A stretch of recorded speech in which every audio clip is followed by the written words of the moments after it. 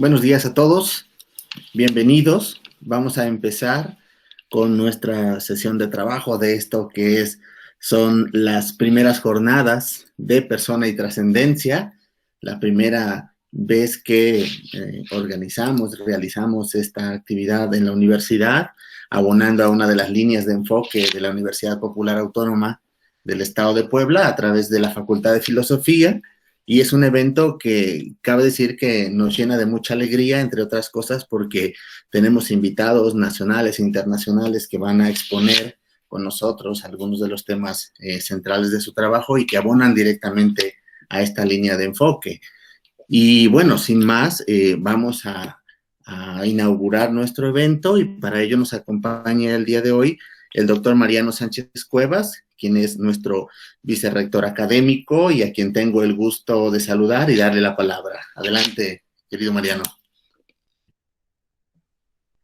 Muchas gracias, Rubén, por la presentación y la bienvenida. Pues igual me sumo a la bienvenida, saludando, por supuesto, con mucho respeto a las autoridades que también de la Facultad de Filosofía que están con nosotros, el doctor Martín López Calva, quien es el decano, Roberto Casales, el director de la facultad, y por supuesto a nuestro claustro de filosofía, claustro de profesores, que siempre, no está de más decirlo, que siempre el claustro de filosofía, me permito compartirles, son un grupo de profesores, investigadores, que siempre, ¿no?, están en este tipo de eventos y abonando también a todos los estudios que se hacen en la universidad. Con mucho cariño también saludo a nuestros invitados, agradecerles a nombre de la UPAEP el que estén sumados para estas jornadas, agradecerles de verdad a ustedes, a sus instituciones educativas, universitarias o alguna institución de otro tipo al que pertenezcan, agradecerles el que nos acompañen en la jornada, pero también agradecerles el que nos apoyen en hacer este tipo de estudios ahora en el tema de la persona, para bien, por supuesto, de nuestros estudiantes. Si hay algún estudiante, qué bueno que ya esté quizás conectado a alguno de nuestros estudiantes, ¿verdad? Porque a final de cuentas, pues estos eventos, los productos de estas reflexiones, de estos diálogos, pues debe de tener su fruto en la formación de ellos. Me permito compartirles, sobre todo a nuestros ponentes, invitados, es un poco este contexto de la jornada de persona y trascendencia. Compartirles que desde los orígenes de nuestra universidad, por cierto, recién cumplidos 48 años, el pasado viernes, desde los orígenes de la universidad, nuestros fundadores han tenido claro cuáles son estos grandes pilares, cuáles son estos grandes valores que como universidad durante estos años y Dios mediante en el futuro queremos pues tener como parte de nuestra identidad, de nuestra filosofía institucional. Este tema de la persona como tal, pues justo es uno de estos pilares y de estos valores institucionales.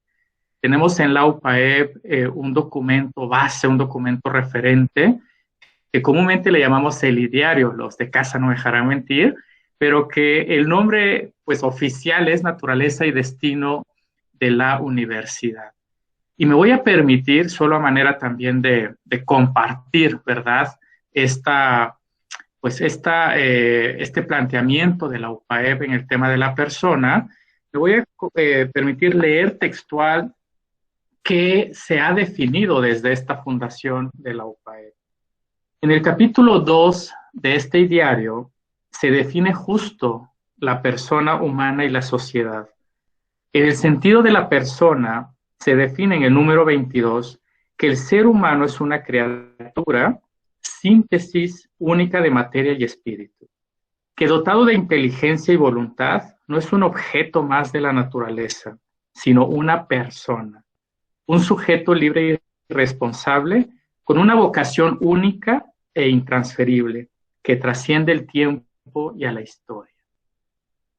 En la universidad tenemos claro que esta conceptualización de la persona es una de nuestras brújulas, es una de las guías que no solo en la Facultad de Filosofía, por supuesto que es el motivo de esta jornada, sino en toda la universidad, en todas las disciplinas, que esta es una de las razones de ser de esta misión institucional. Y me da mucho gusto el que se haya diseñado y se esté activando esta jornada, esta primera jornada de persona y trascendencia, porque pues justo nos permite seguir construyendo, seguir dialogando ahora en la perspectiva de los nuevos contextos, ahora en la perspectiva de los nuevos tiempos, que como decía en un inicio, la definición sigue siendo pues más que pertinente.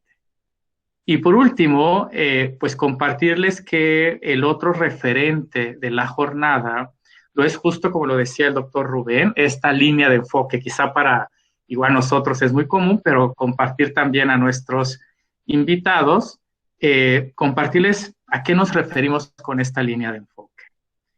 La universidad en los últimos años ha establecido una serie de temáticas, de líneas, en donde quiere ser referente, en donde puede también ser referente porque cuenta con los talentos para poder apostar y abonar a esa línea de enfoque.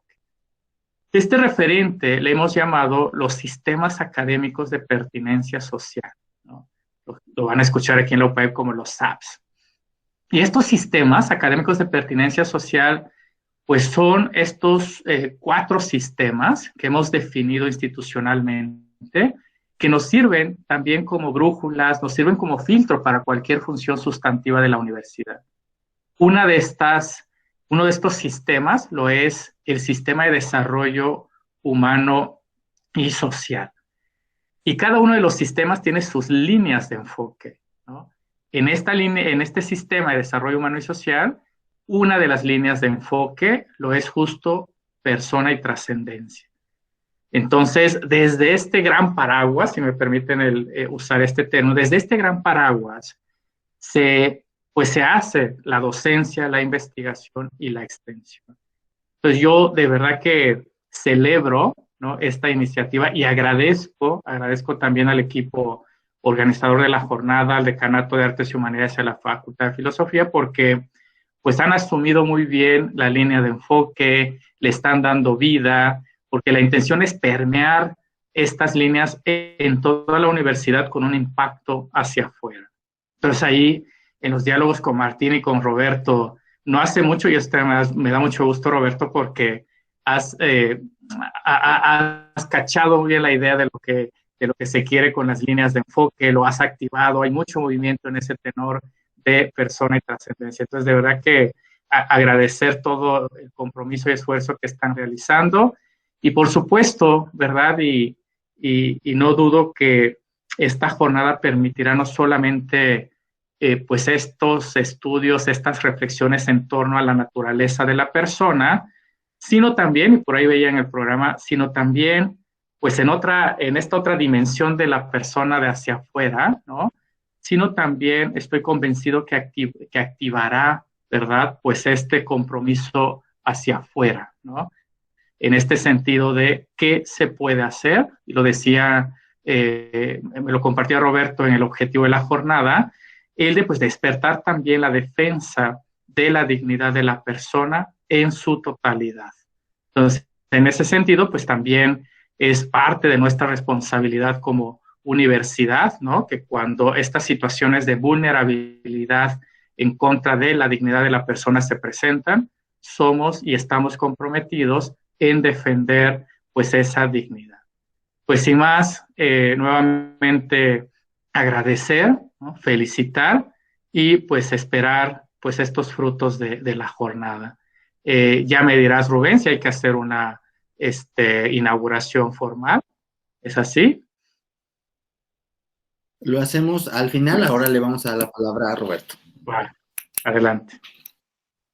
Bueno, yo quiero agradecer, doctor Mariano Sánchez Cuevas, vicerrector académico de nuestra universidad, por estas palabras de bienvenida y por resaltar la centralidad de la persona que se trabaja en la universidad desde su fundación. Así que muchas gracias nuevamente. Ahora le voy a dar la palabra al doctor Roberto Casares García, quien es director de la Facultad de Filosofía. Adelante, profesor. Muchísimas gracias. Bueno, primero que nada agradecerles a todos los que están presentes porque en efecto estas son las primeras jornadas que se hacen concretamente, digamos, de forma muy específica en esta línea. No es lo primero que se hace en este tenor, ya hay, digamos, hay una tradición muy fuerte en la misma historia de la universidad, los encuentros de centros de cultura, es decir, ya hay una serie de actividades que a lo largo de la historia de la misma universidad han permeado y han buscado fomentar el estudio de la persona y su apertura a la trascendencia. Y en ese sentido, yo cuento con una anécdota muy personal.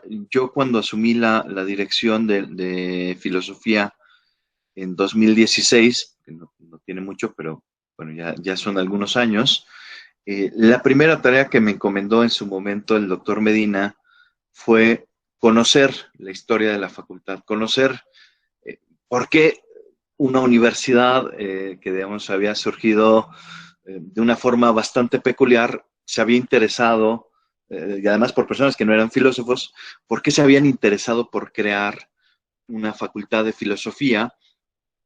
Y yo me encontré con cosas maravillosas. Bueno, yo me asumí esta tarea como una encomienda muy personal. Me fui a entrevistar a algunos alumnos fundadores, incluso, bueno, no solo de la Facultad de Filosofía, sino algunos de los fundadores de la universidad. Me acuerdo de haber platicado con Lolo sobre cómo es que se les ocurrió esto. Yo le decía, bueno, a ver, pero ¿por qué si en sus orígenes, bueno, había arquitectos, administradores, politólogos, por qué se les ocurrió que era importante hacer una facultad de filosofía? Digo, claro que todos los que estamos aquí entendemos por qué es importante una facultad de filosofía, pero ya me surgía la inquietud de dónde les vino esta idea y cuál era como la intención de que se fundara o que se abriera una escuela de filosofía, una facultad de filosofía, y un poco para entender cuáles eran como las expectativas de qué hacía una facultad de filosofía en la UPAEP y qué es lo que de alguna forma esperaban de esa facultad de filosofía de la UPAEP. Y no los que me aburro mucho con todas las historias, hay muchísimas anécdotas bien interesantes de incluso de exdirectores, el profesor Jorge Navarro, el profesor Arturo Guerra, distintos fundadores que me fueron dando como varias pistas de cómo fue esta génesis de la Facultad de Filosofía. Y al final de cuentas, mi conclusión era que la universidad lo que esperaba es que a través de la Facultad de Filosofía, además de robustecer y apuntalar, digamos, estos ejes fundamentales del ideario de la universidad, también se abocara a la misión de la universidad, ¿no? De generar corrientes de pensamiento, ¿no?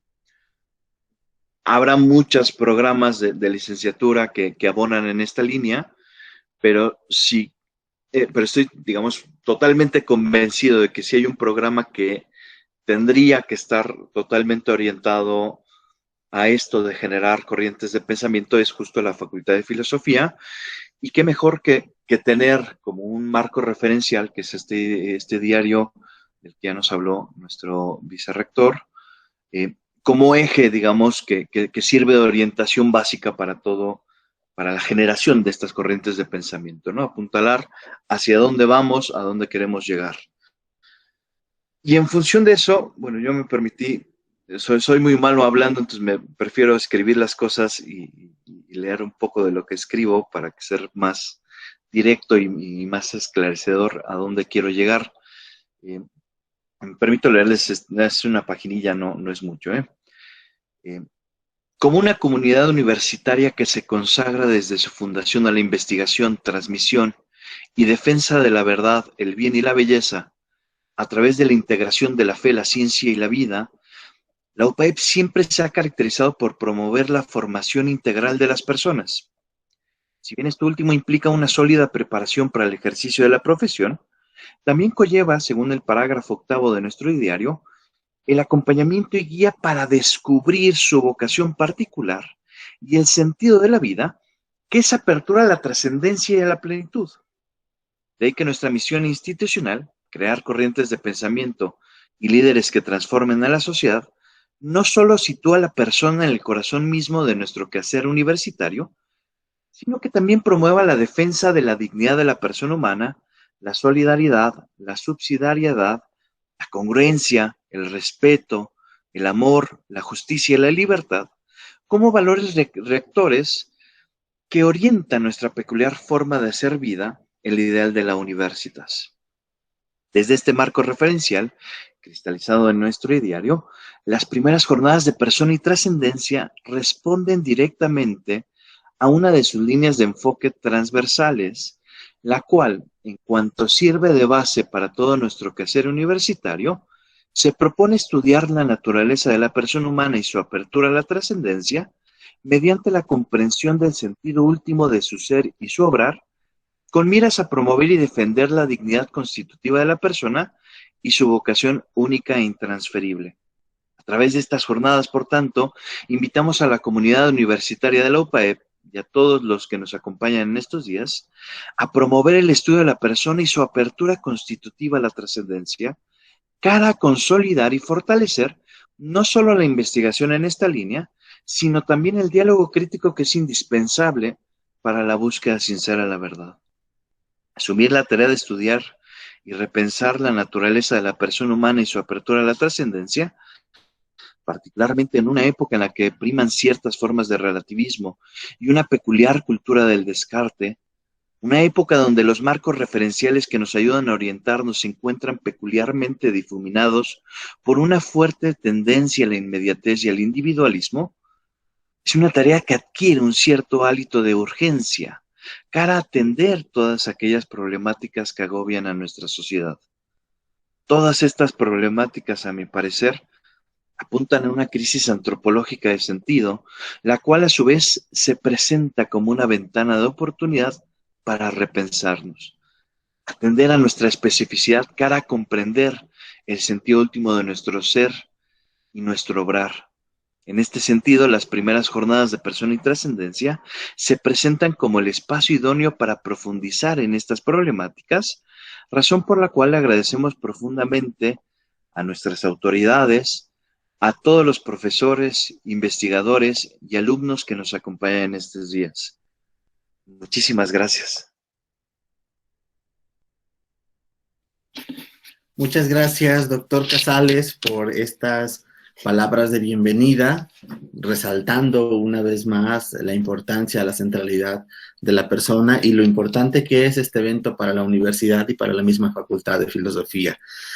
Cabe decir que hemos decidido nombrarlo primeras jornadas de persona y trascendencia en el sentido de que esperamos que sea un evento que tenga continuidad y que en efecto tenga también trascendencia, impacto directamente en la universidad.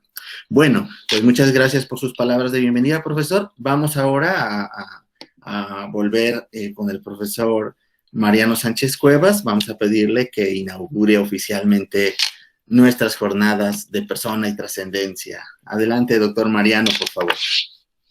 Gracias, Rubén.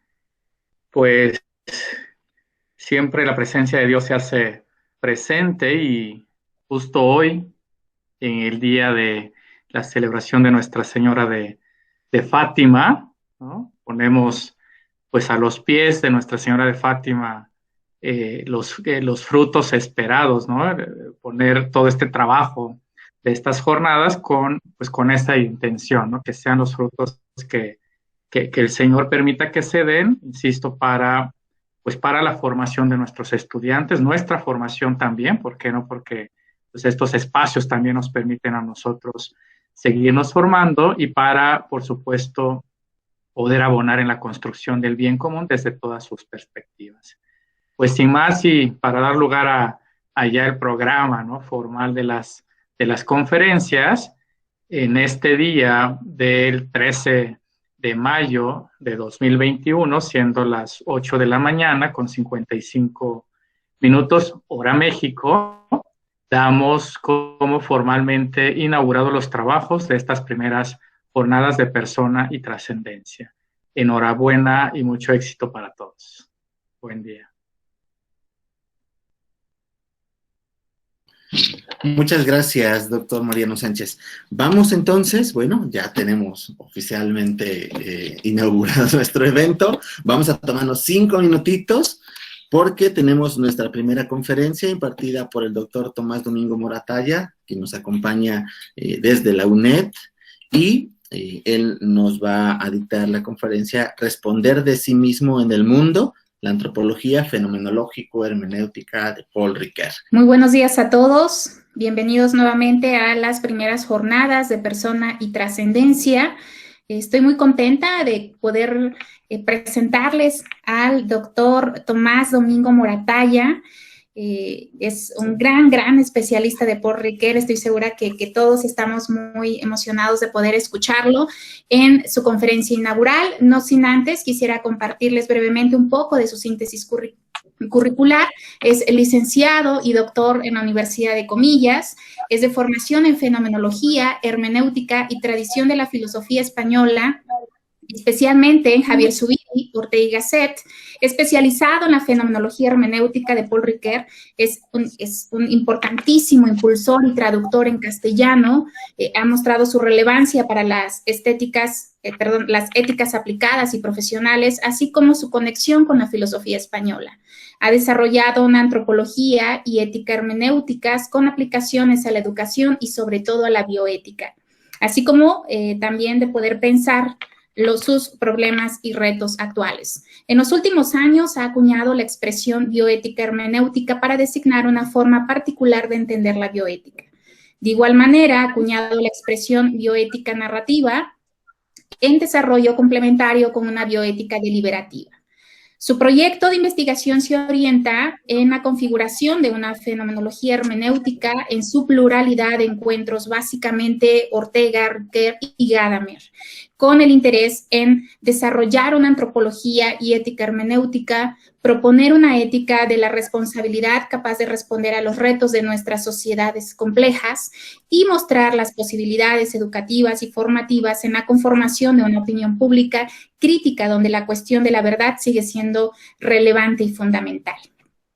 Tiene importantísimas publicaciones, coordinaciones de libros, entre ellos Bioética y Cine, de la narración a la deliberación, Las dimensiones de la vida humana, Javier Zubiri, Ortega, Marías y Laín Entralgo, La imagen del ser humano, historia, literatura y hermenéutica, perspectivas sobre la vida humana, cuerpo, mente, género y persona, investigación en bioética, bioética narrativa, Hans Jonas, una ética de la responsabilidad, bioética y hermenéutica, la ética deliberativa de Paul Ricoeur, entre, bueno, muchísimos otros importantes títulos de publicación. Profesor Domingo Moratalla, bienvenido a la Universidad Popular Autónoma del Estado de Puebla, a la Facultad de Filosofía. Y nuevamente, como les había comentado al principio, el profesor Moratalla nos va a dictar su conferencia inaugural intitulada Responder de sí mismo en el mundo, la antropología fenomenológico-hermenéutica de Paul Ricoeur. Adelante, profesor. Dispone de 1 hora y después damos un lapso de media hora para entrar en diálogo con el público. Sí, pues muchísimas gracias. Es para mí un placer y un honor, una satisfacción, pues estar aquí presente de esta manera actual, vía online, y agradecer la invitación, agradecer a las autoridades académicas y agradecer también de manera directa a la profesora Cintia Candelaria Robles y al profesor también Rubén Sánchez por esta invitación directa a participar en estas primeras jornadas sobre persona y trascendencia. Mi intención va a ser sumergirnos un tanto en la filosofía de Ricoeur. Yo sé que Ricoeur es un autor complejo, un autor que tiene muchos vericuetos. Entonces, mi idea en esta charla, que también la he hecho pensando en alumnos, es plantear una serie de cuestiones para luego después también, comentaba el profesor Rubén Sánchez, que lo habían estado trabajando con los alumnos, para dar pie pues a debate, a preguntas, a sugerencias Básicamente mi intención es lanzar líneas de debate, líneas de investigación, para luego también en el diálogo pues ahondar, profundizar en un sentido o profundizar en otro. Mi intención era, yo creo que lo podría hacer, llevar a cabo una pequeña presentación, un PowerPoint, a la hora de mostrar una serie de ideas. Voy a hacerlo, a ver si lo pueden ver. Ustedes ya me dirán si se puede, si se ve o no se ve.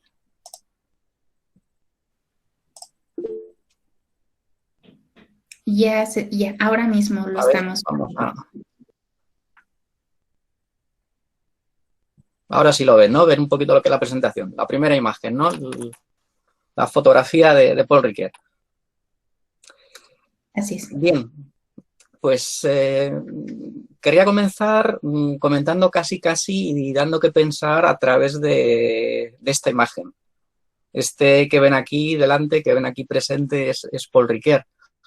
Paul Ricoeur, un hombre, como ven ahí, un hombre afable, un hombre aquí en esta fotografía pues ya mayor, cargado de años, de experiencia, de tradición. Voy a decir palabras que son muy significativas en la filosofía de Ricoeur. Es experiencia, es tradición, es un hombre con la mano, ven en la fotografía, con la mano tendida, la mano abierta, un hombre que mira al auditorio, que mira la cara, que busca el diálogo, que busca el contacto, que busca el encuentro. También muy curioso, con las gafas siempre cuando se dirigía al auditorio, con aquella persona que tenía delante, se levantaba las gafas. Se levantaba las gafas, sobre todo, no sé si lo pueden ver en la fotografía, abajo siempre también tiene su texto, tiene sus papeles. Es un hombre de la literatura, de filosofía, es un hombre de la textualidad. Es muy importante los textos. Estamos hablando de Ricoeur, de un hermeneuta. Entonces los textos son claves. Luego, ya mayor, debajo, detrás de su fotografía, detrás ven en su asiento, en su sillón, que tiene un bastón. Tiene un bastón donde se apoya, que le sirve. Es una imagen, yo creo, muy simbólica de lo que yo les quiero transmitir.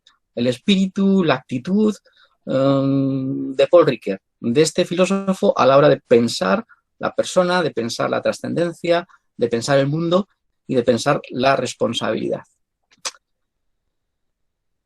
Voy directamente al planteamiento, me sumerjo en la filosofía de Ricoeur.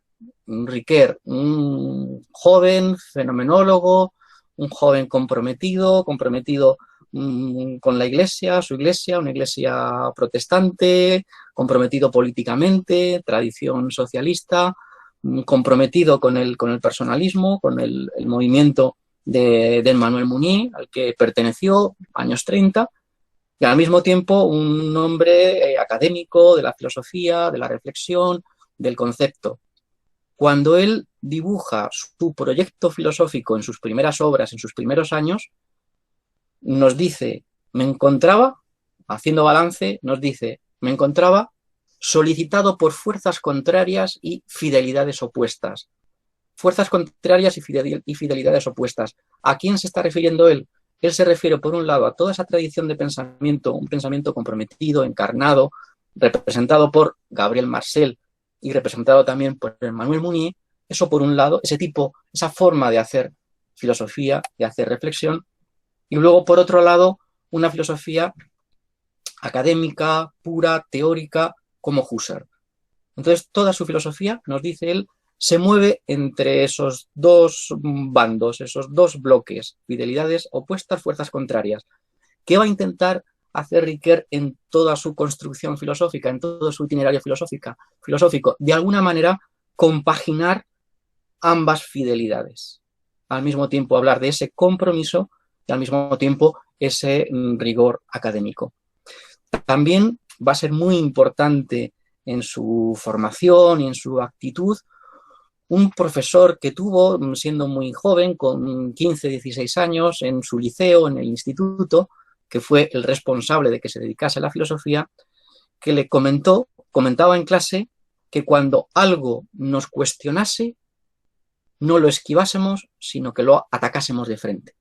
Si algo nos cuestiona, si una cuestión nos pone en solfa, nos pone en entredicho, nos plantea dudas, lo que no hay que hacer es esquivarla, sino atacarla de frente. Y ese va a ser uno de los lemas de la filosofía de Paul Ricoeur. Si algo me cuestiona, no evitar el problema, sino atacarlo de frente. Y ese es también uno de los problemas de la filosofía de Ricoeur. Por eso en Ricoeur vemos siempre gran cantidad de rodeos, gran cantidad de mediaciones, de textos, de diálogos con unos con otros, porque no se trata de esquivar aquello que te cuestiona. Se trata de conocerlo, aprender, tenerlo en cuenta y continuar con el propio trayecto. Bien, ¿cuál es el trayecto? ¿Cuál es el itinerario que podemos trazar, que podemos marcar en la filosofía de Ricoeur? Básicamente podemos decir que su obra es, dicho así de manera muy general y de manera un tanto simple, su obra es una filosofía de la voluntad, una filosofía de la voluntad. No nos puede extrañar, por tanto, que siendo una filosofía de la voluntad, termine siendo, al final de su vida, sobre todo, una ética o una filosofía política. Es una filosofía de la voluntad, en sentido muy amplio. ¿Qué es lo que va a hacer en su obra, en el recorrido de su obra, de esta filosofía de la voluntad? Va a llevar a cabo una eidética de la voluntad, una descripción de lo que es la acción voluntaria, lo que es la voluntad, categorías que entran en juego, igual que había hecho Merleau-Ponty, el propio Husserl, con respecto a la percepción, dice Ricoeur, ¿por qué no lo hacemos nosotros? ¿Por qué no lo hago yo con respecto a la voluntad, con respecto a la acción? Una eidética de la voluntad. Esa fue su tesis doctoral, ese fue su trabajo sobre todo de los primeros años.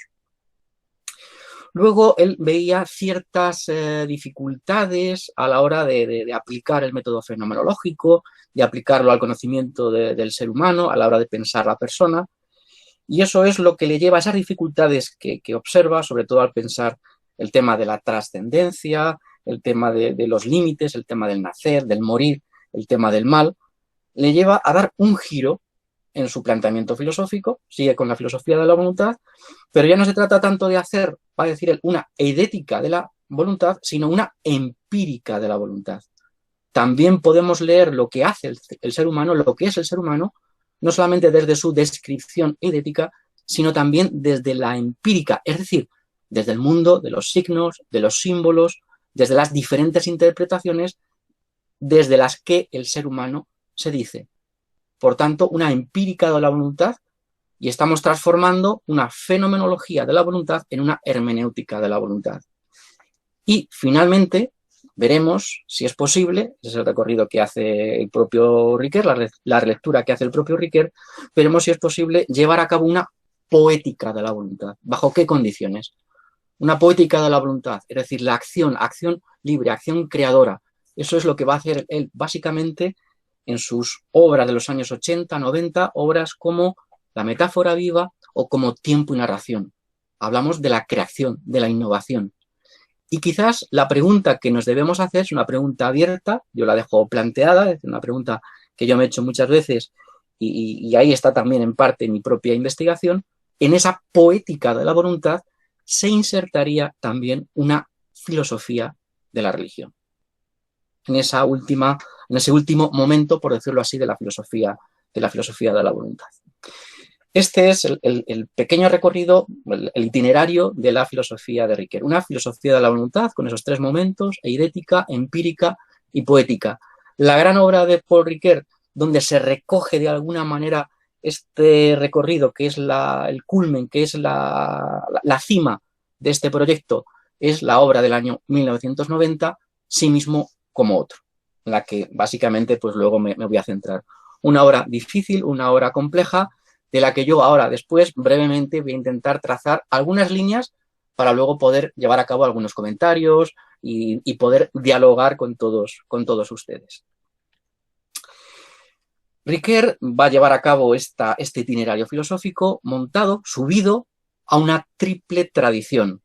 Él se va a mover en esta triple tradición, una tradición que va a reconocer siempre, desde sus primeras obras, en los años 40 hasta el final de su vida, poco antes de morir, en el año 2005 muere, tiene textos de años anteriores que está diciendo lo mismo, triple tradición. ¿A qué tradición? ¿En qué tradición se inscribe Paul Ricoeur? En primer lugar, lo que se denomina tradición reflexiva, filosofía reflexiva. ¿A qué se llama tradición reflexiva, filosofía reflexiva? En la tradición francesa es básicamente toda una filosofía que parte de Descartes, una filosofía del pensamiento, del yo, una filosofía de la interioridad. En Francia va a tener grandes nombres, como va a ser Alain, como va a ser Rabesson, como va a ser también uno de los maestros, de los referentes de Ricoeur, que es Jean Nabert, y luego, sobre todo, dos autores que son Gilles Lascellier y Gilles Lagneau. Lascellier, Lagneau, Nabert, Rasson van a ser autores claves en el joven Ricoeur, en esta tradición básicamente cartesiana, reflexiva, en la que Ricoeur empieza a moverse. De hecho, su primer trabajo importante al terminar sus estudios, su trabajo de fin de estudios, de fin de licenciatura en filosofía, va a ser sobre el tema de Dios en Lascellier y Lagneau, en esta tradición reflexiva. En esta tradición reflexiva también se va a interesar enseguida, 1932, 1933, por la filosofía de Gabriel Marcel, el círculo de Gabriel Marcel, y en ese círculo de Gabriel Marcel le van a presentar, un compañero de los que asistían a estos encuentros que tenía Gabriel Marcel, le va a presentar la fenomenología, le va a presentar en concreto una obra de Husserl que va a ser Las ideas, en la versión que tenían entonces, la versión inglesa. Y Ricoeur va a estar entusiasmado con la fenomenología. Ricoeur se va a mover también, por tanto, en la tradición de la fenomenología. Ricoeur va a quedar prisionero, va a estar prisionero en la Segunda Guerra Mundial, del año 39, en el año 45, cae prisionero, está en un campo de concentración, y a lo que va a dedicar su estancia en el campo de concentración va a ser básicamente a desarrollar su tesis, esa filosofía de la voluntad, esa idética de la voluntad, y a traducir las ideas de Husserl. Tenía un ejemplar de las ideas de Husserl y Ricoeur va a hacer la traducción en el propio ejemplar de Husserl. Poco a poco va a hacer esa traducción, una traducción muy bien hecha, muy laboriosa, que se va a mantener en la tradición francesa hasta hace relativamente poco, hasta hace 2 o 3 años que apareció una nueva edición de ideas. Tradición reflexiva, tradición fenomenológica, rigor, la precisión, descripción de la experiencia, de lo que aparece tal y como aparece, eso siempre lo va a apreciar Ricoeur de Husserl, del planteamiento husserliano o del planteamiento de Merleau-Ponty. Me muevo, dice Ricoeur, en la escuela de la fenomenología, entendiendo, dice Ricoeur, que la fenomenología es múltiple. Dice, ¿qué es la fenomenología? La fenomenología es Husserl y las herejías de Husserl. O sea, Husserl da lugar a muchas formas de hacer filosofía, fenomenología dentro de su propia filosofía, dentro de su propia reflexión.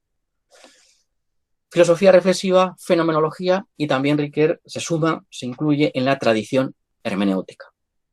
Les pongo ahí que la fenomenología de Ricoeur es hermenéutica, se transforma en hermenéutica, se convierte en hermenéutica, y básicamente esa transformación en hermenéutica va a consistir en criticar, cuestionar de alguna manera el idealismo husserliano. Ahora no entro en si esta crítica que hace Ricoeur o que hace Heidegger o que hace Ortega y Gasset a Husserl es correcta o no es correcta. Pero él se define de esta manera: fenomenología hermenéutica, entendiendo por hermenéutica una crítica a ese idealismo husserliano. Fenomenología hermenéutica, sí, pero muy diferente a la versión heideggeriana. Ricoeur va a hablar de Heidegger y va a decir, Heidegger lleva a cabo una vía corta a la hora de hablar del ser humano, a la hora de hablar del ser, a la hora de hablar de los problemas que nos preocupan. Vía corta. Frente a, va a decir Ricoeur, la vía larga en la que yo me sumerjo. ¿En qué consiste esa vía larga en la que yo me sumerjo, en la que se sumerge el propio Ricoeur? Vía larga es el recorrido, el despliegue por ese mundo de la cultura y el despliegue sobre todo por el mundo de la explicación. No únicamente la tarea de la comprensión directa, la comprensión, sino también la comprensión requiere el rodeo por la explicación. La interpretación es adecuada, es más plena cuando somos capaces de unir comprensión y explicación. Explicar más es comprender mejor, dice Ricoeur. Frente a esas hermenéuticas quizá más estrechas, más cortas, como la de Heidegger. Bien, tenemos aquí situado a Ricoeur en este proyecto filosófico de construcción de una filosofía de la voluntad, en esta triple tradición reflexiva, fenomenológica y hermenéutica. Y ahora, simplemente a la hora de captar o que ustedes entiendan la importancia o la relevancia del planteamiento de Riquer, les propongo una imagen que capta muy bien lo que Riquer quiere expresar. Lo que Riquer quiere expresar a lo largo de toda su vida, de toda su obra, y que recoge su forma de entender la filosofía. Este es un cuadro de Rembrandt, mitad del siglo XVII, que es el filósofo con el busto de Homero. Este es el cuadro, la imagen preferida de Paul Ricoeur. Yo fui a hablar con Paul Ricoeur y Paul Ricoeur le pregunté, yo tuve la ocasión de hablar con él y le pregunté, bueno, ¿y qué es para usted entonces? ¿Cómo define usted la filosofía? Y lo que hizo entonces fue traerme esta imagen y decirme, en esta imagen se expresa perfectamente lo que yo entiendo por filosofía.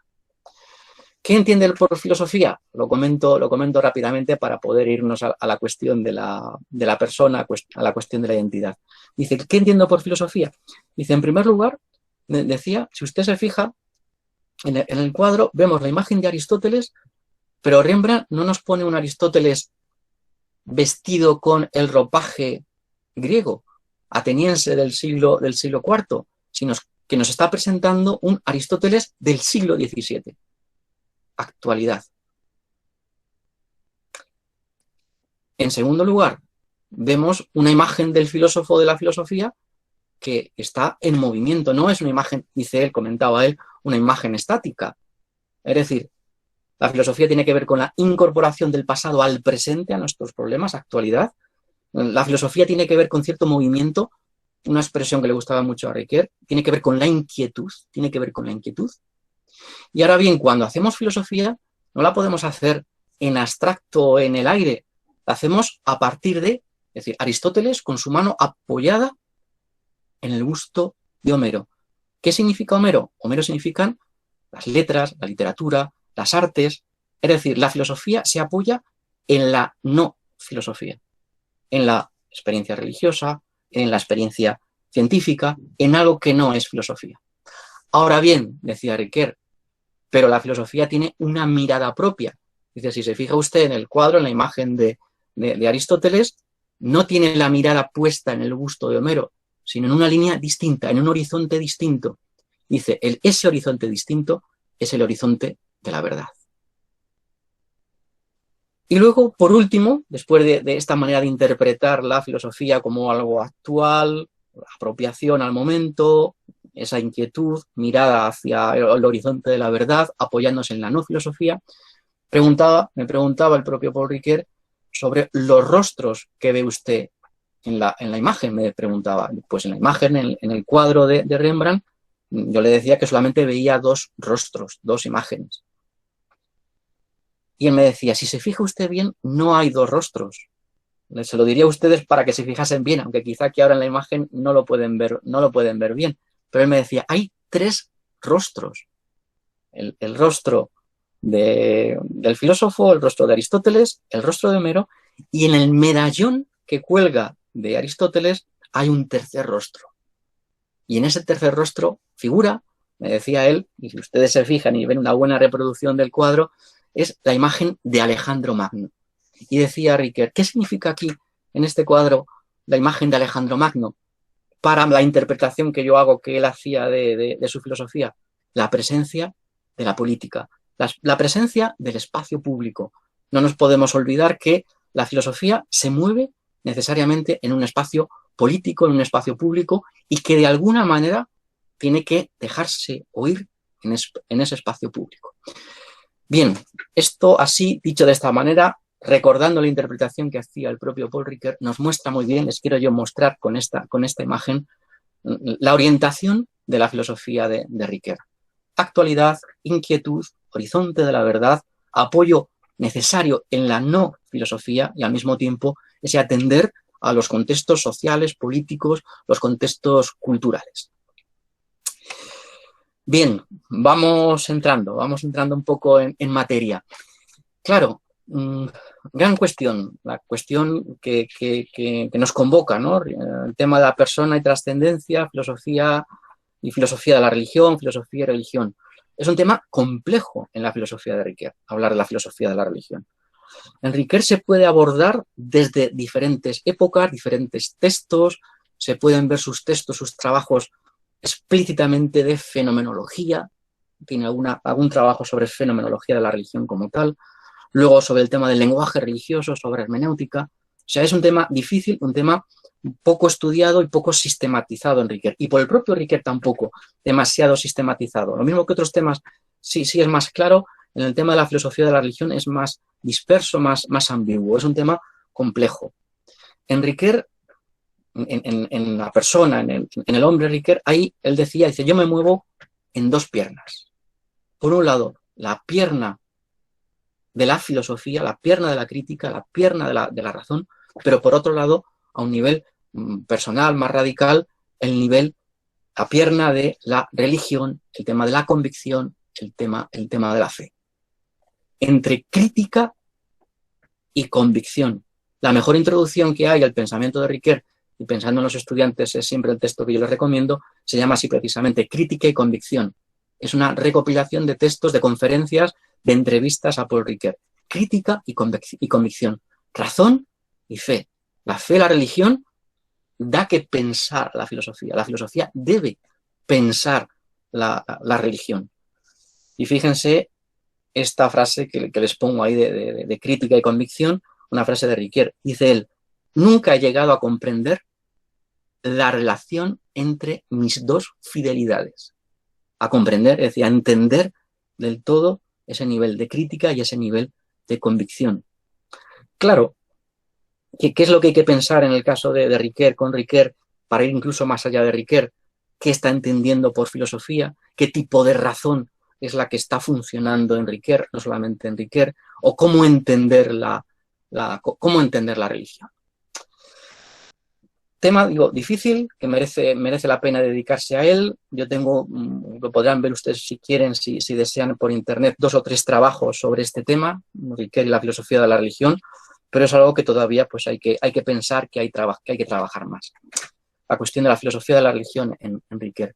A la hora de hablar de la religión, del planteamiento de la religión, en Ricoeur yo les propondría simplemente que tengan en cuenta, para cuando lean, comentemos o para el futuro, 3 imágenes. 3 imágenes relativamente sencillas.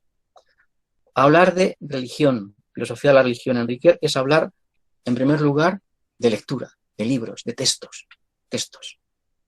La religión nos llega a través de textos, son tradiciones a partir de interpretaciones que hacemos a partir de textos.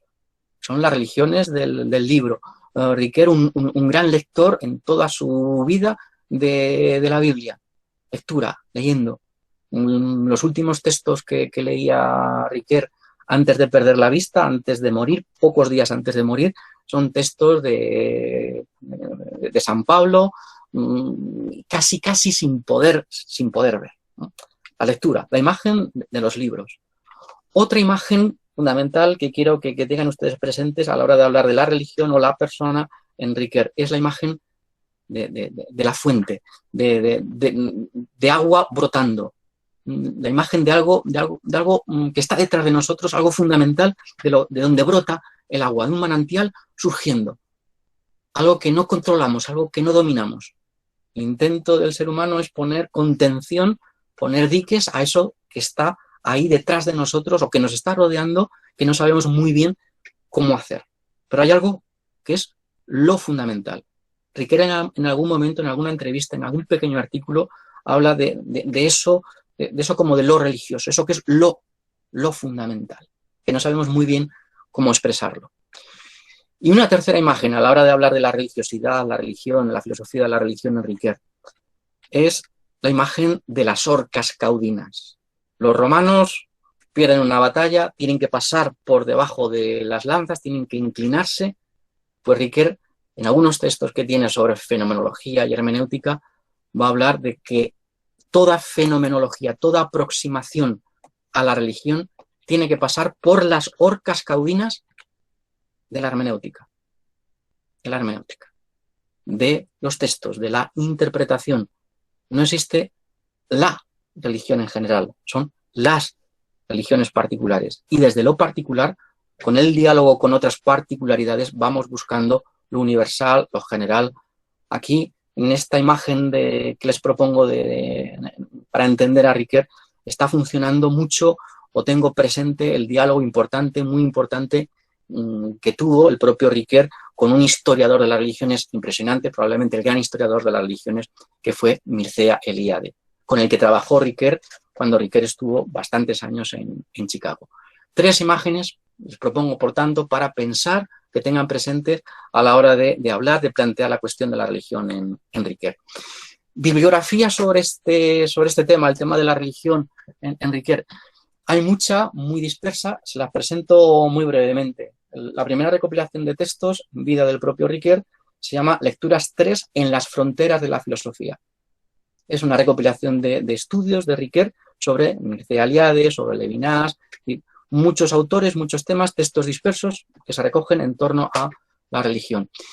Un texto muy interesante, pero claro, el propio Ricoeur diría, no es tanto filosofía de la religión, es más de hermenéutica bíblica. Se llama así Pensar la Biblia, estudios exegéticos y hermenéuticos, con André Lacocque, un especialista, un biblista muy importante, ¿no? Un texto que yo les recomendaría, si les interesa este tema, el texto Amor y Justicia, donde Ricoeur plantea esa relación entre una lógica del mundo, una lógica de la justicia, de la reciprocidad, y luego una lógica distinta, es la lógica de la sobreabundancia, la lógica del amor, la lógica del don. Hay elementos para pensar la filosofía de la religión.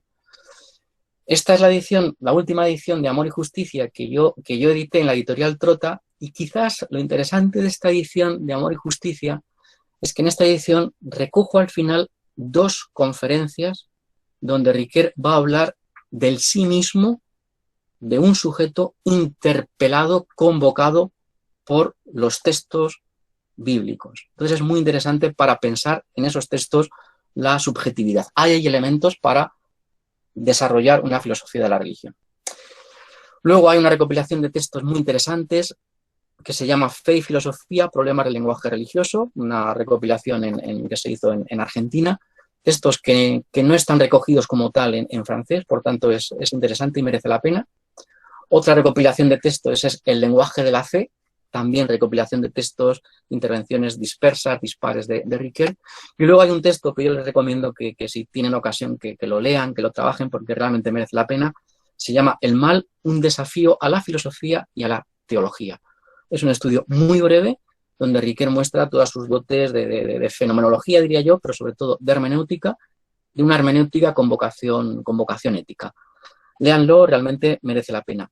Y luego, el último libro que les recomiendo, si les interesa la cuestión de la filosofía de la religión, el tema de persona y trascendencia desde Ricoeur, con Ricoeur, sería este libro, La religión por pensar, que ha aparecido hace un par de semanas. Es una recopilación de artículos un tanto desconocidos de Ricoeur sobre el tema de la religión.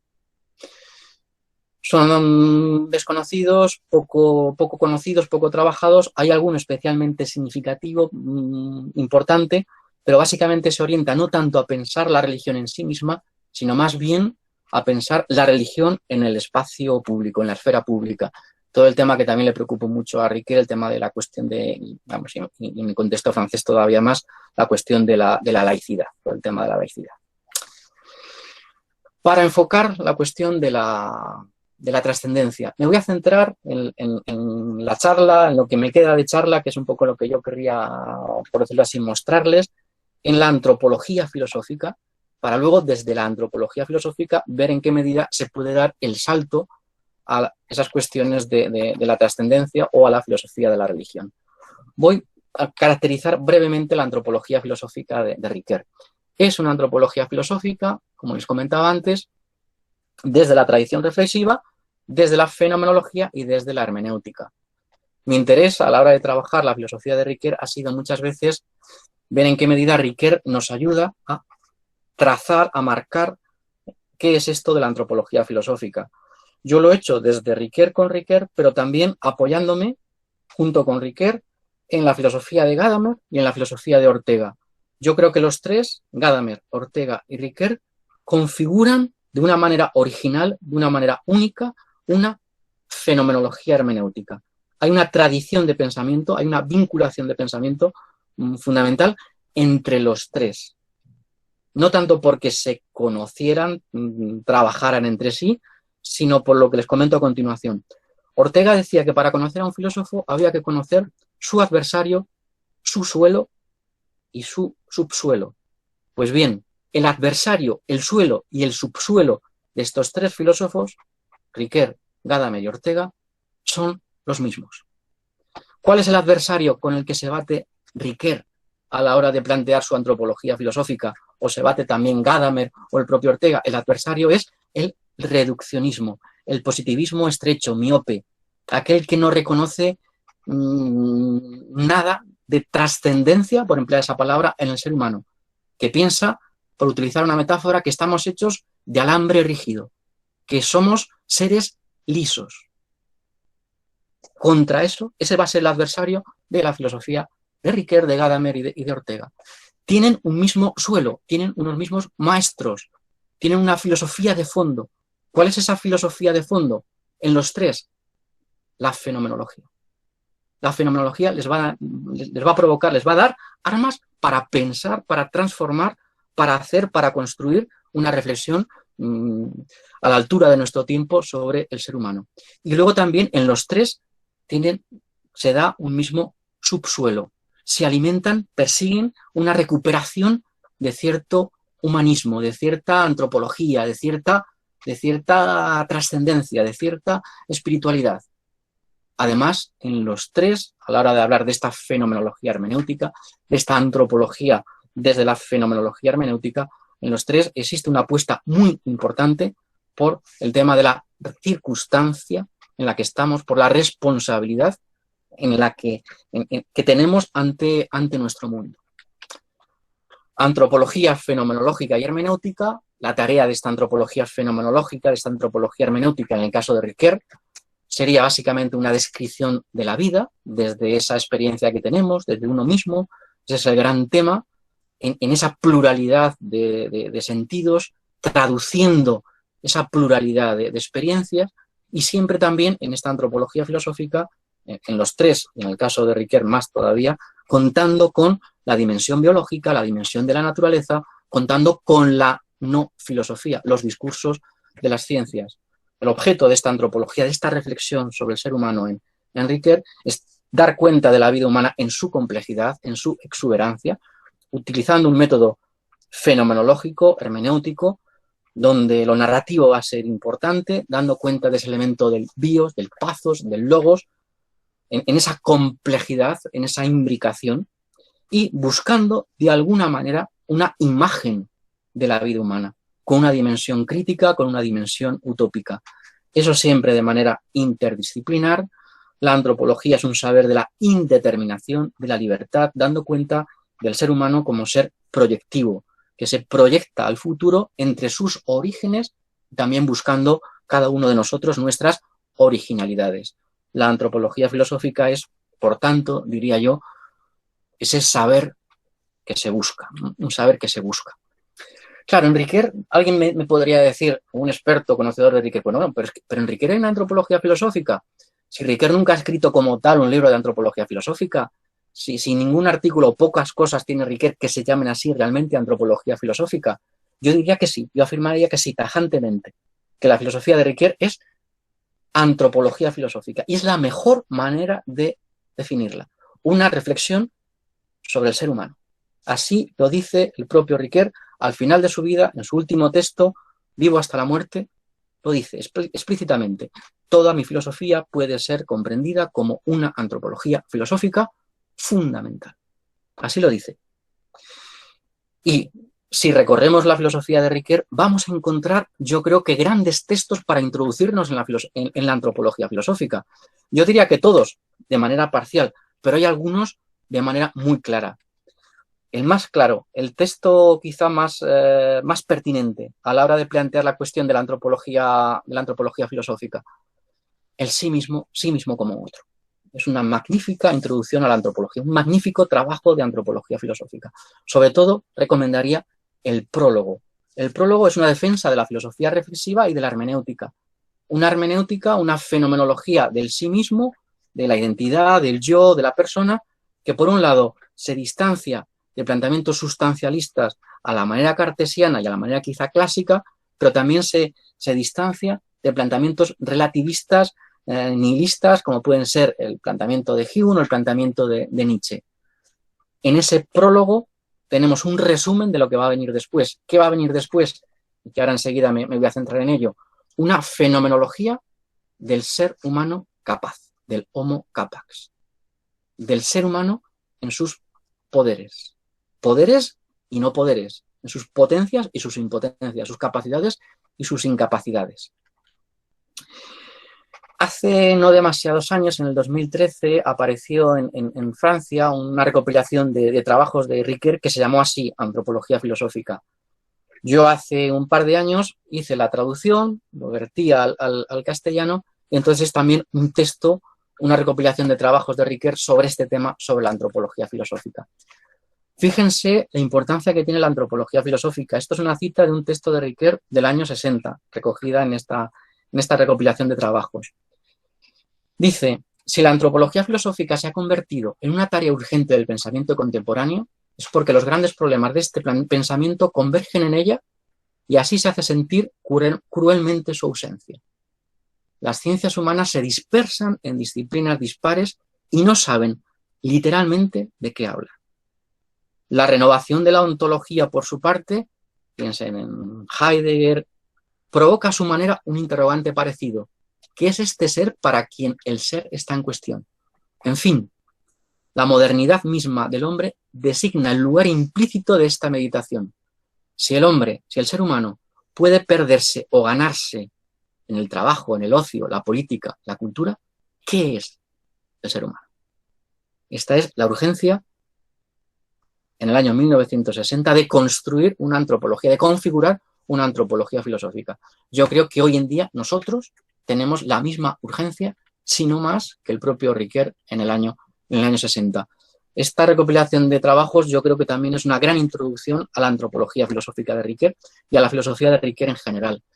Grandes artículos o muy buenos artículos relativamente sencillos, muchos más sencillos que sí mismo como otro, son, por ejemplo, la antinomia de la realidad humana y el problema de la antropología filosófica, el ser humano como tema de la filosofía, y luego un articulito, pequeño artículo que yo les recomendaría que leyesen, también lo pueden encontrar fácilmente en internet, además de en esta recopilación de estudios, que se llama Capacidades personales y reconocimiento mutuo.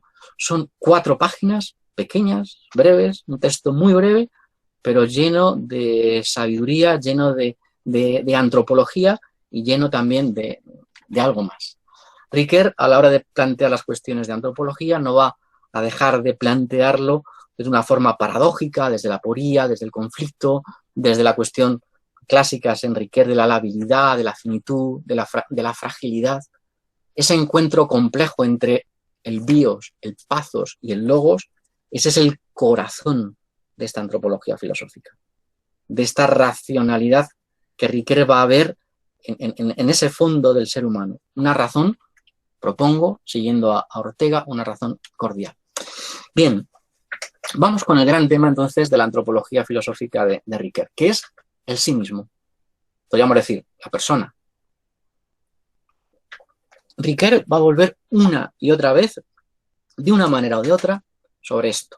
El tema de la persona, el yo, el sujeto, el sí mismo, como lo queramos llamar. Variedad de nombres para referirnos a esto que somos. ¿Qué somos? ¿Quiénes somos? Ricoeur escribió un artículo un tanto polémico a final de los años 80, que se titulaba así: ¿Muere el personalismo? ¿Vuelve la persona? No entro ahora en el debate de ese artículo, pero lo que hacía Ricoeur ahí es, más allá de las etiquetas, lo que es necesario es que nos planteemos qué es la persona. Y lo que va a hacer Ricoeur en toda su obra, en toda su filosofía, en esos años 80-90, que es cuando él lo está pensando, es utilizar los recursos de la filosofía contemporánea para ponerlos al servicio de un pensamiento sobre el ser humano, sobre el sí mismo o sobre la persona. Toda su antropología gira sobre esto, sobre el sí mismo, pero el sí mismo, uno mismo, el yo siempre en relación con el otro. Esta relación entre el yo, la subjetividad, la conciencia, con lo que no es el yo, con el otro, con lo otro, recorre toda la filosofía de Ricoeur. Esta es la clave de su obra, la clave de esta antropología filosófica, este estar entre uno mismo y lo otro, sí mismo y lo otro, sí mismo y el otro. ¿Cómo entender el otro, lo otro? Esa es la cuestión, esa es la clave. Sobre esto es sobre lo que gira la gran obra de Ricoeur, esta que les estoy recomendando, la que me voy a centrar ahora, que es sí mismo como otro.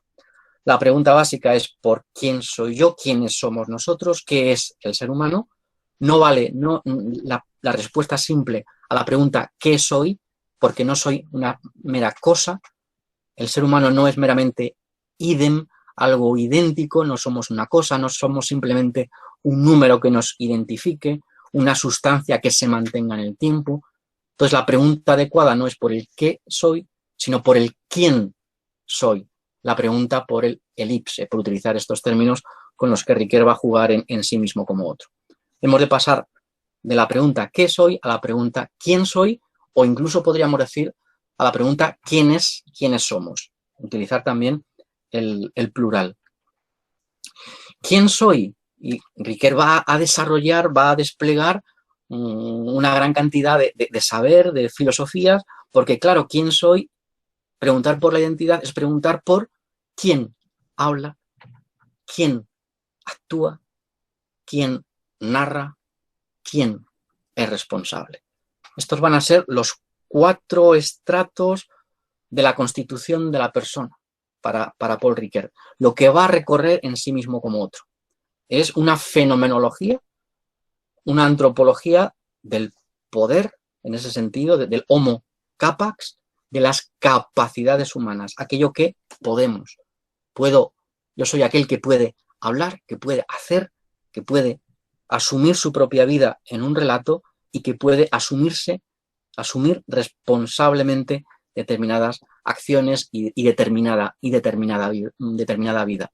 Pero también al mismo tiempo Ricoeur recuerda es una antropología del hombre agente, actuante, pero al mismo tiempo sufriente.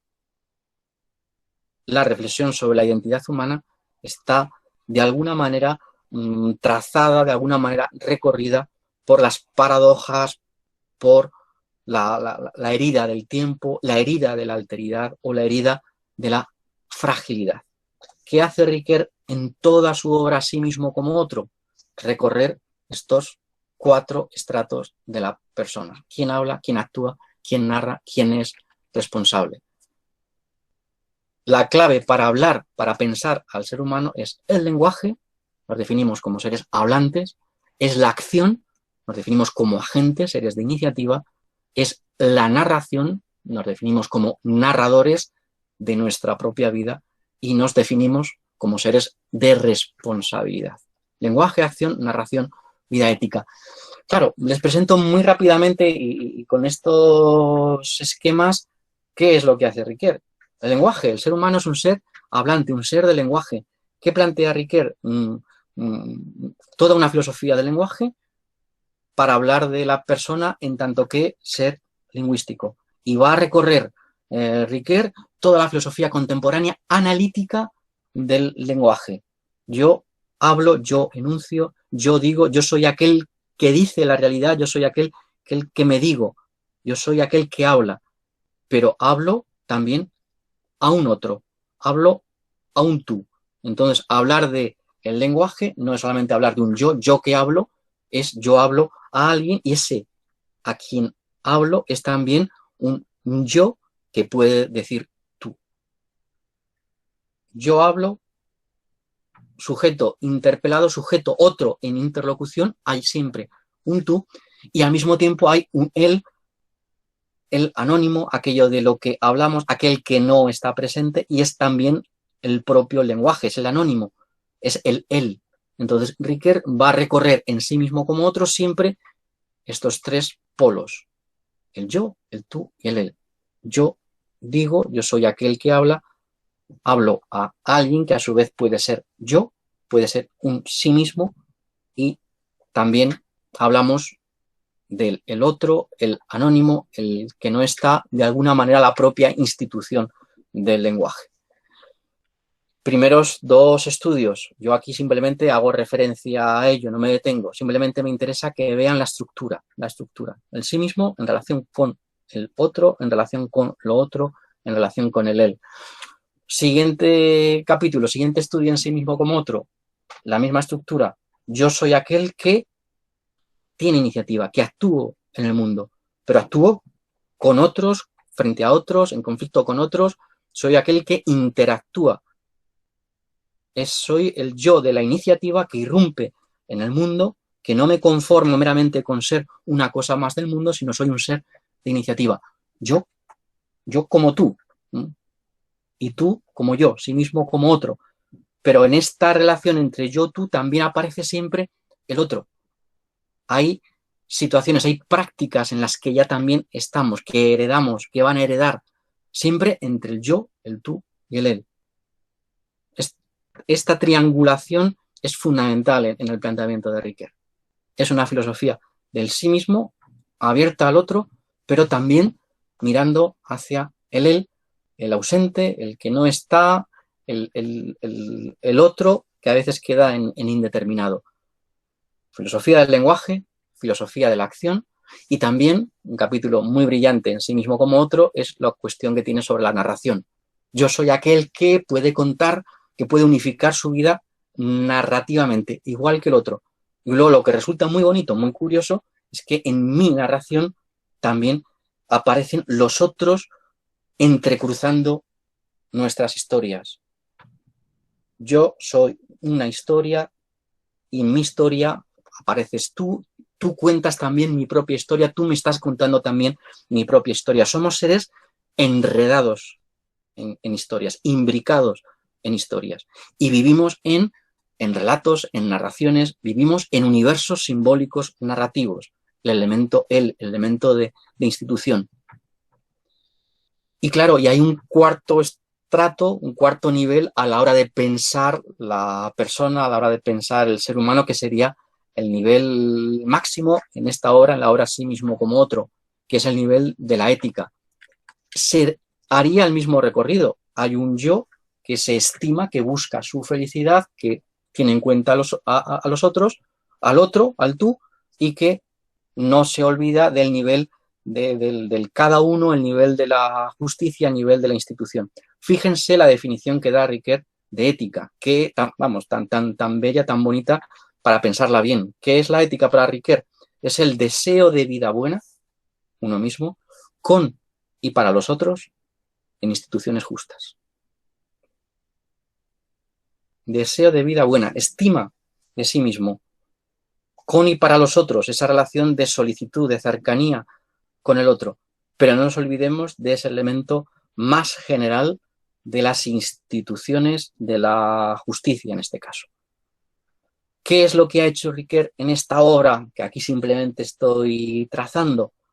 Intentar ofrecer una idea rica, compleja de persona, utilizando las teorías del lenguaje más actual, las teorías de la acción, las teorías de la narración y también toda la filosofía moral contemporánea. Para pensar esto que somos, para pensar el ser humano, para pensar el Homo capax. El Homo capax, esto que somos, esta capacidad se piensa desde la acción, desde el lenguaje, desde la narración y desde la vida moral. Es un planteamiento, es una obra difícil, compleja, es una obra muy sistemática del propio Ricoeur, llena de referencias y de la que se puede aprender, yo creo, un montón, muchísimo. El sí mismo se entiende como un yo, un tú, un él, un yo hablo, yo actúo, yo narro, yo me estimo, pero el tú, que también puede ser en ese intercambio de personas un yo, es el tú de la interlocución, de la interacción, del entrecruzamiento narrativo, es el tú de estar en solicitud, y el él es el él genérico del lenguaje, de las prácticas, de la acción, de los universos simbólicos narrativos y las instituciones justas en las que estamos. Quizá de los elementos más bonitos, quizá más interesantes para pensar, que nos ofrece Ricoeur en esta obra, en sí mismo como otro, es la cuestión de la narración, la cuestión de la identidad narrativa. Con esta cuestión, Riquer se intenta alejar, como les comentaba antes, de esos paradigmas que van a hablar de la alteridad, de la dispersión, de la movilidad, en el sentido de Hume, en el sentido de Nietzsche, pero también de ese otro paradigma que piensan en un yo más sustancial, más inmóvil, en una identidad absoluta. Entonces, Riquer, con este concepto de identidad narrativa, piensa al ser humano no tanto como idéntico, sino una identidad, un yo abierto, un yo plural, pero único, pero uno al mismo tiempo. ¿Qué identidad es la que tenemos? Es la identidad del relato. Claro, el tema da mucho que pensar. Entonces, ¿qué somos con respecto a nuestro propio relato? ¿Somos los autores de nuestro relato? ¿O simplemente somos actores que estamos viviendo el relato? No se sabe muy bien de qué. ¿En qué consiste una vida humana plena? Contar nuestra propia historia, asumir nuestra propia historia, sabiendo que muchas veces no es nuestra, o en qué sentido es nuestra. Estas preguntas desde la narratividad son preguntas claves también a la hora de pensar la cuestión de quiénes somos realmente, ¿no? Claro, en Riquer no me detengo ahora en ello, es decir, hay aquí una clara vocación ética, y es el objetivo básico que tiene sí mismo como otro, ¿no? Desembocar en una ética, en una antropología de la responsabilidad, en una ética de la responsabilidad. Claro, hablar del ser humano como homo capax, como ser de capacidad, es plantear cuestiones como el poder, la autonomía, la capacidad, la capacitación, la vulnerabilidad, el dolor, el sufrimiento, la fragilidad humana. Entonces son temas entre ética, entre antropología y ética. Ahora bien, yo creo que desde aquí, desde lo que ha hecho Riquer en sí mismo como otro, hay cabida, hay paso, por decirlo así, a pensar de alguna manera lo religioso. Sobre todo en el sentido que les comentaba antes, de pensar la religión como lo fundamental. Claro, hablamos de la voluntad, hablamos del poder, hablamos de la afirmación, de la estima de uno mismo, la estima de sí mismo, de ese hombre capaz. Quizá Riquer, a la hora de hablar, cuando habla de lo fundamental, parece que está apelando a algo más allá de esa ética del sí mismo, algo que puede ser su fundamento de esa ética del sí mismo. El mundo del sentido en el que estamos es algo anterior a mí, superior a mí, es algo exterior a mí, es algo trascendente a mí mismo. Estas son palabras, frases del propio Riquer. Aquí Riquer va a jugar mucho y va a trabajar mucho con una distinción kantiana entre la originariedad del bien, que es más profunda que la radicalidad del mal. La religión, ¿a qué apunta la religión?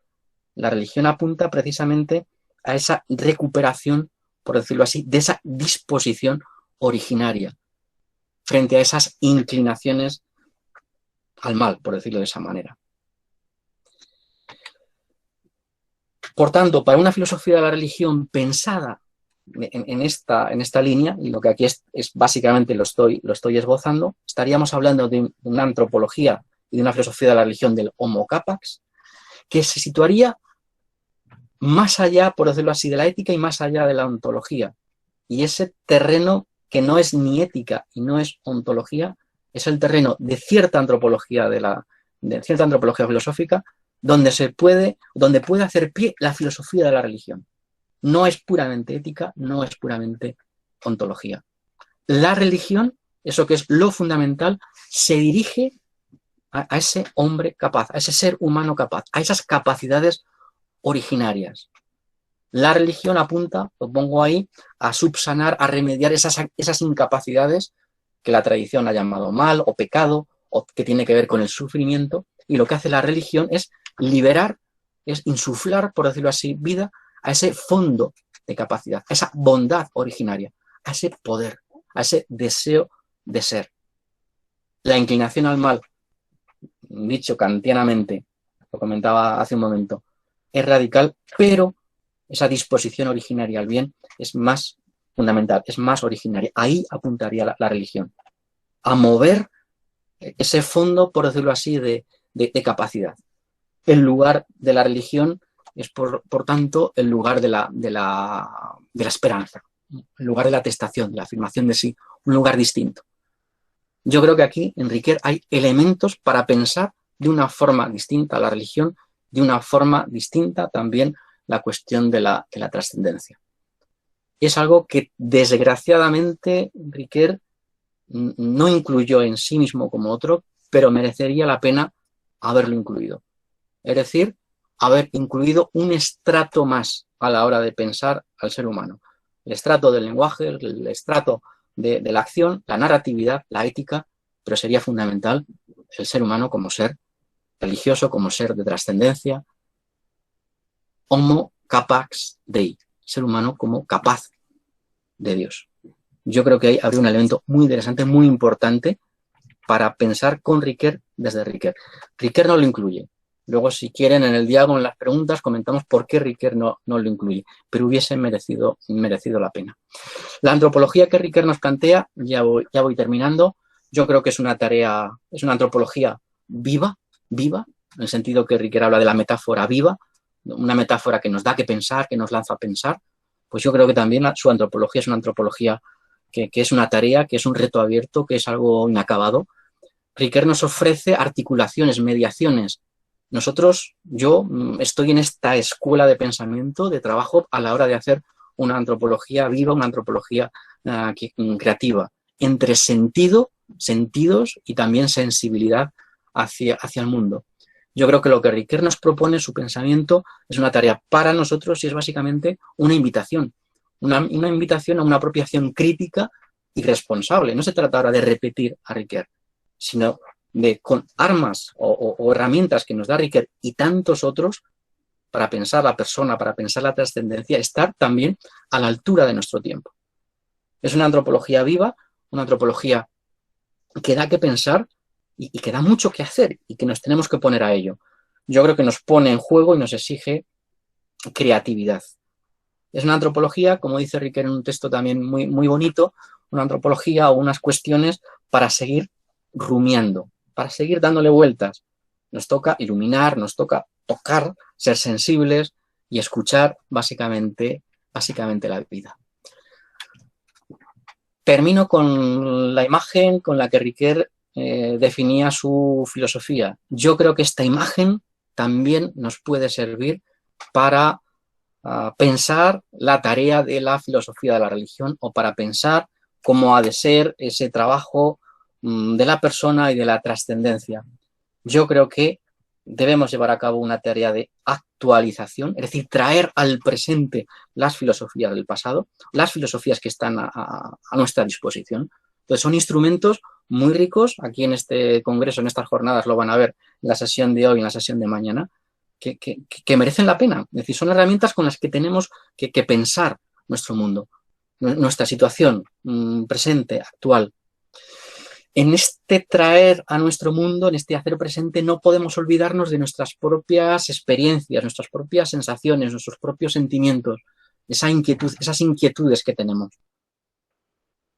No podemos dejar a la hora de plantear estas cuestiones de apoyarnos en textos, en literatura, en la pluralidad de experiencias, en la pluralidad de religiones, en la pluralidad de saberes, en la pluralidad de puntos de vista.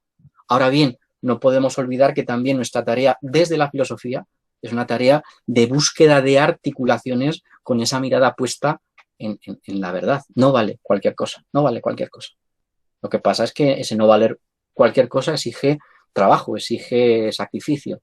Y no podemos olvidar, como decía el propio Riquer, que nuestro trabajo, nuestra actualización, que nuestra idea de persona, que nuestra idea de trascendencia tiene algo que decir, es una fuerza, yo creo, básica, importante, de responsabilidad también para nuestro mundo, para nuestro espacio social, para nuestro espacio público, para nuestro espacio político. Por tanto, persona, trascendencia, con Riquer, desde Riquer, más allá de Riquer, exige un compromiso, termino ya con esta frase, un compromiso vivo por nuestra parte. Pues muchísimas gracias por su atención. Agradecemos infinitamente la conferencia que nos acaba de presentar el profesor Domingo Moratalla, los aplausos virtuales, por supuesto. Estoy segura que después de su excelente presentación, profesor, intensificaremos nuestras lecturas en la hermenéutica de Paul Ricoeur y acercar a nuestros estudiantes, desde luego, a la filosofía ricoeuriana, porque indudablemente me parece, como bien lo afirmaba Ortega, es un pensamiento como muchos otros a la altura de nuestros tiempos. Sin más, bueno, pues vamos a dar un espacio, disponemos de 20 minutos aproximadamente, pedirles muy concretos en sus preguntas hacia el profesor Moratalla. Abrimos el espacio de diálogo. Puede ser a través del chat o levantando las manitas para darles la palabra.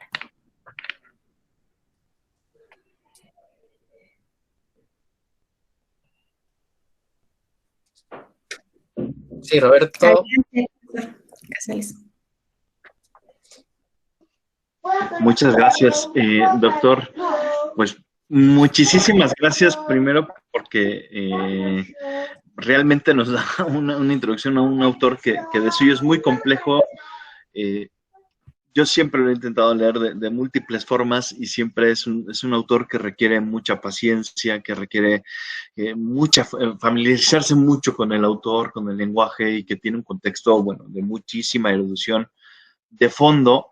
Y la verdad es que cuando usted nos lo explica suena mucho más fácil de lo que realmente es, que eso se agradece muchísimo.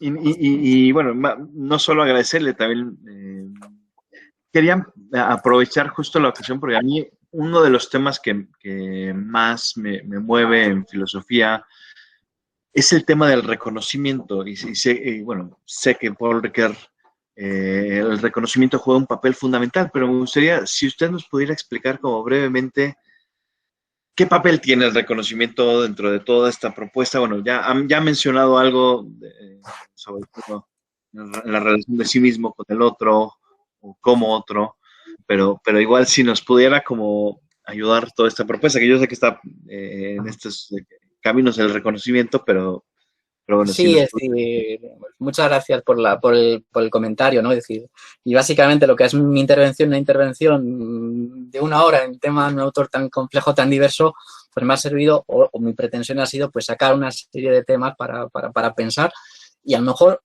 habría que pedirle perdón al propio Ricoeur por simplificarlo, por esquematizarlo a veces mucho, por intentar hacer esquemas de algo que es complejo, que es difícil.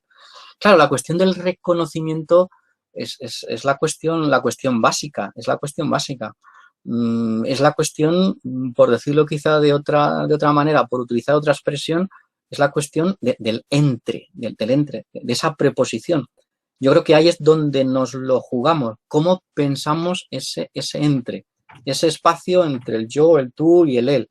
Es un espacio de confrontación, es un espacio de conflicto, es un espacio de altercado o es un espacio de encuentro. Es una lucha por el reconocimiento, como diría Hegel y los hegelianos, o son estados de paz, quizá es a lo que nos lleva Ricoeur, son las dos cosas. Son las dos cosas. Y lo que tenemos que hacer es lograr que esos momentos de conflicto, de tensión, se conviertan en momentos de reconocimiento, que se conviertan en estados de paz. Las capacidades, por decirlo así, lo digo de manera un poco rápida, pero bueno, las capacidades no son nada si no son reconocidas. Si no son reconocidas. Si no es con otros, si no es por otros. Ricoeur escribe ese pequeño libro, al final, su último libro, se llamó así, Caminos del reconocimiento. Parcours de la reconnaissance, del reconocimiento, del ser sí mismo con otro, en el sentido más pleno de la palabra, reconocimiento. Claro, la gran propuesta de Ricoeur, cuando habla de reconocimiento, y es una crítica que él tiene a determinadas posiciones marxistas, y él está pensando sobre todo en los diálogos que tienen en esos años con Axel Honneth. Claro, es decir, hablamos de un reconocimiento y el reconocimiento se va a dar después, y hablamos en la utopía, y hablamos, claro, pero la fuerza, el planteamiento de Ricoeur es que ya hay momentos de reconocimiento, ya hemos tenido momentos de reconocimiento, ya sabemos lo que es el reconocimiento. No hablamos en vacío, hay experiencias, lo digo así, de esta manera, hay experiencias de reconocimiento, que es lo que mueve a la utopía, lo que mueve a la lucha, lo que mueve al compromiso. Hay espacios realmente de encuentro con el otro. No es meramente una promesa, no es meramente una utopía, no es meramente una escatología final, no. Ya hay encuentro con nosotros. Riquer está describiendo experiencias. Quizá no sea lo habitual. Dice Riquer al final de Parcours de la Reconnaissance, son iluminaciones que nos ayudan, nos animan a seguir trabajando. Porque ese reconocimiento es la clave. Pero el reconocimiento de esa manera global, el reconocimiento con el otro presente y con el otro ausente que nunca va a ser mi prójimo, Por eso es tan importante en el planteamiento de Riquer y en el planteamiento del reconocimiento el tema de la justicia, la cuestión de la justicia. Ir más allá de la solicitud, ir más allá del cara a cara, por decirlo así, de Levinas, a movernos en ese plano genérico de una justicia de las propias instituciones. Es que el sí mismo, mi identidad, se fragua también en las instituciones. Si yo no hago algo por las instituciones en las que estamos, no estoy salvando al sí mismo. Por eso para Riquer es muy fuerte y es muy potente el pensamiento por la institución. Es que somos seres institucionales, esencialmente. Aquí recupera elementos de la filosofía hegeliana o de filosofía también clásica, de filosofía aristotélica. Es que somos ciudadanos. Entonces, si no hay esos espacios de reconocimiento, la persona se viene abajo. Voy a hablar como una obra que traduje, hice la traducción al castellano hace muchos años, de Emmanuel Mounier, que es Revolución personalista y comunitaria. Si no hay esa salvación en lo comunitario, por lo comunitario, en lo institucional, no hay esa revolución personal. En Riquer eso es algo básico. Sí mismo como otro, precisamente está montado sobre eso. Yo, tú, piense en Martin Buber, yo, tú, sí, pero la presencia fuerte del él, de la institución. Hay que pensar adecuadamente la institución como ámbito de reconocimiento, como espacio de reconocimiento. Dicho de otra manera, como espacio de humanidad. Lo político, la política no puede ser solo espacio de lucha, espacio de confrontación. Tiene que ser espacio de reconocimiento. Por mencionar la palabra, espacio de reconocimiento. Es clave. Y ahí, por tanto, y la filosofía de la persona de Riquer nos lleva, diría yo también así, con esa fuerza, a una filosofía política de la persona. Vamos, es para pensar, desarrollar y darle vueltas y trabajarlo, pero bueno, yo creo que merece la pena. Pues nada, muchas gracias Roberto, por sacar ese tema, esa cuestión del reconocimiento tan fuerte, tan importante. Así es. Tenemos una intervención más. Adelante, profesor Juan José Blázquez. Lo escuchamos. Sí, muchas gracias, doctor, por su magnífica exposición, creo que muy estimulante, sobre todo para nuestros estudiantes, de muchos arroyos por los que hay que transitar. Yo tengo una pregunta en parte complementaria con lo que recién le ha preguntado Roberto y usted ha contestado. Respecto del lugar que ocupa la reciprocidad como necesaria para el crecimiento personal, para la relación interpersonal y comunitaria, ¿no? Toda vez que Riquer, incluso no solo intelectualmente, sino estuvo presente en la acción en la Europa que le tocó vivir, ¿no? De frente a, por ejemplo, a los totalitarismos, ¿no? Sobre todo en estos tiempos tan necesarios de participación política, no visto desde una perspectiva puramente civil, sino antropológica, digamos, ¿no? Cómo hay una mutua codependencia radical entre los hombres, ¿no? No sé si pudiera abordar algo al respecto, por favor. Muchas gracias. Claro, es decir, no sabría ir más allá de lo que le he comentado, ¿no? Esa necesidad de reciprocidad, esa necesidad de encuentro que va desde las experiencias de proximidad, de cercanía, a ese ámbito más social, a ese ámbito más político. Es esa idea de reconocimiento, es también esa idea muy potente también a la que nos invita Riquer de ponernos en el lugar del otro, ¿no? O sea, ponerse en el lugar del otro, ponerse en los zapatos del otro, ponerse en la piel del otro. Eso es algo que Riquer a un nivel personal hizo toda su vida y a nivel teórico también lo está de alguna manera fundamentando. Es el sí mismo y claro, hay que pensar bien a fondo esa expresión, sí mismo como un otro, el sí mismo como un otro. Es que la alteridad está en mí. Es que yo soy gracias al otro, yo soy por el otro. Es que mi propia historia también la cuenta el otro, también es del otro. Fíjense eso, vamos, a nivel narrativa donde nos puede llevar, o a un nivel presencial, o a un nivel ético, ¿no? Es decir, toda la idea de solidaridad, de solicitud, por emplear esa palabra que le gustaba tanto a Riquer y que utiliza tanto, de solicitud por el otro. Una solicitud que en su límite se convierte en justicia. Pero una solicitud también, a mí me gusta decir, utilizando también elementos de la filosofía de Riquer y no solo de Riquer, una solicitud crítica, que no se convierte en una pérdida de sí mismo, es también una presencia de sí mismo, solicitud crítica. Hay que encontrar, decía Riquer muchas veces, la justa distancia, para que yo sea yo y el otro sea otro, y al mismo tiempo estemos entrelazados, imbricados, y al mismo tiempo estemos dándonos unos a otros, pero siendo él y siendo yo. Eso es lo bonito, eso es lo difícil, encontrar esa justa distancia.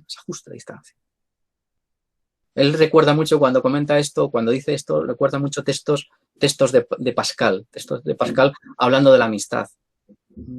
¿Por qué era mi amigo? Porque siendo mi amigo yo sabía que yo era yo y él era él, pero ahí nos dábamos en plena amistad, reconociéndonos en la diferencia, en la pluralidad.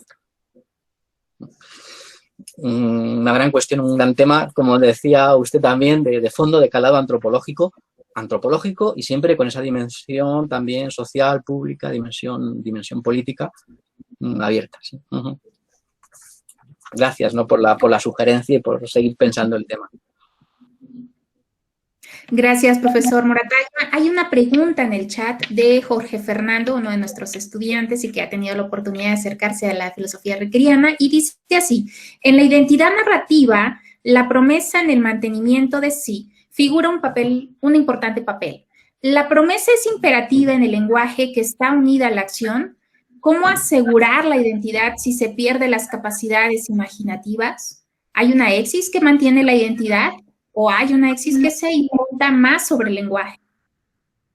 La pregunta es muy bien, vamos, está muy bien la pregunta, ¿no? Y la pregunta por la promesa, y eso nos lleva, son muchas las referencias que me vienen a la cabeza con Derrida, con Levinas, con el propio Nietzsche, pero también aquí, simplemente para no ir a autores, para no ir a libros, es decir, quizá tenemos la garantía, la certeza, la ayuda, la atestación, no sé qué palabra utilizar de la jerga o del lenguaje riqueriano, lo digo así, como de golpe, de los otros.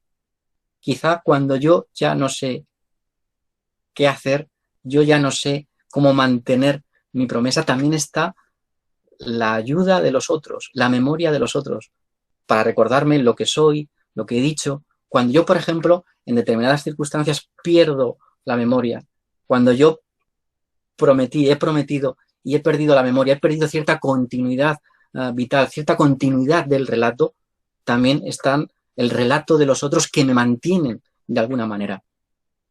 Entonces, esa ayuda, esa presencia de los otros, recogiendo algunas de las cuestiones planteadas, yo creo que el imperativo, esa fuerza del imperativo, esa forma de asegurar la identidad si se pierden las capacidades imaginativas. ¿Qué auxilio puede venir a nosotros? Si yo pierdo esa capacidad de ponerme en el lugar del otro, de pensarme con el otro, quizá la única ayuda sea alguien que sea capaz de alguna manera de contar mi propia historia, de recordarme mi propia historia. digo, por seguir pensando, es decir, no quiero responder o cerrar la respuesta. Digo, la ayuda de los otros, la presencia de los otros, la garantía de los otros, que recuerdan también que yo soy mis promesas. Aunque claro, si se pierden esas capacidades básicas, ese poder básico, que es el poder imaginar, que es poder reflexivo, que es poder ponerse en el lugar del otro, quizá se está perdiendo humanidad. Recuerdo, por ejemplo, un texto de Hannah Arendt. Hannah Arendt, cuando habla del caso de Eichmann, de ya saben, Eichmann, dice, el error de Eichmann no fue un error, no fue porque fuera o mala persona, porque no pensase, no fuese inteligente. Es que no tenía capacidad de imaginar, de imaginación. Entonces, claro, si nosotros perdemos antropológicamente esas capacidades imaginativas, estamos perdiendo un elemento clave de humanidad.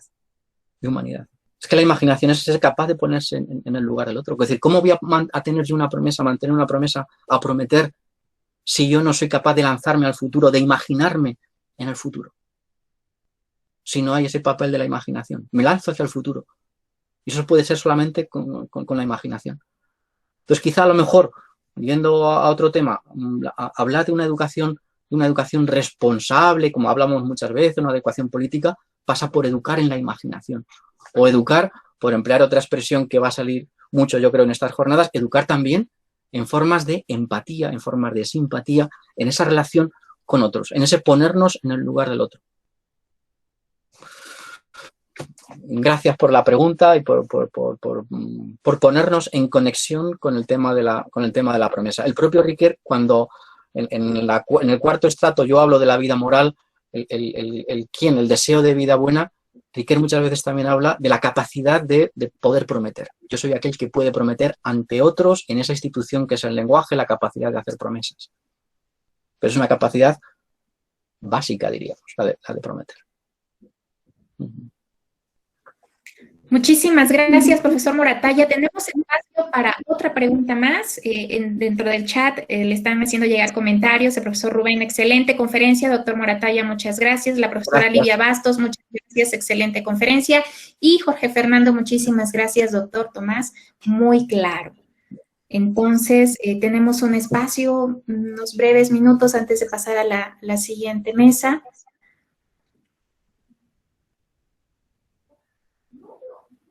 Y bueno, pues cerraríamos, profesor Moratalla, con una pregunta muy básica, que era algo que constantemente en mis clases me preguntaban mis estudiantes. ¿Qué narrativa para Ricoeur vendría a ser la vida biográfica para Ortega?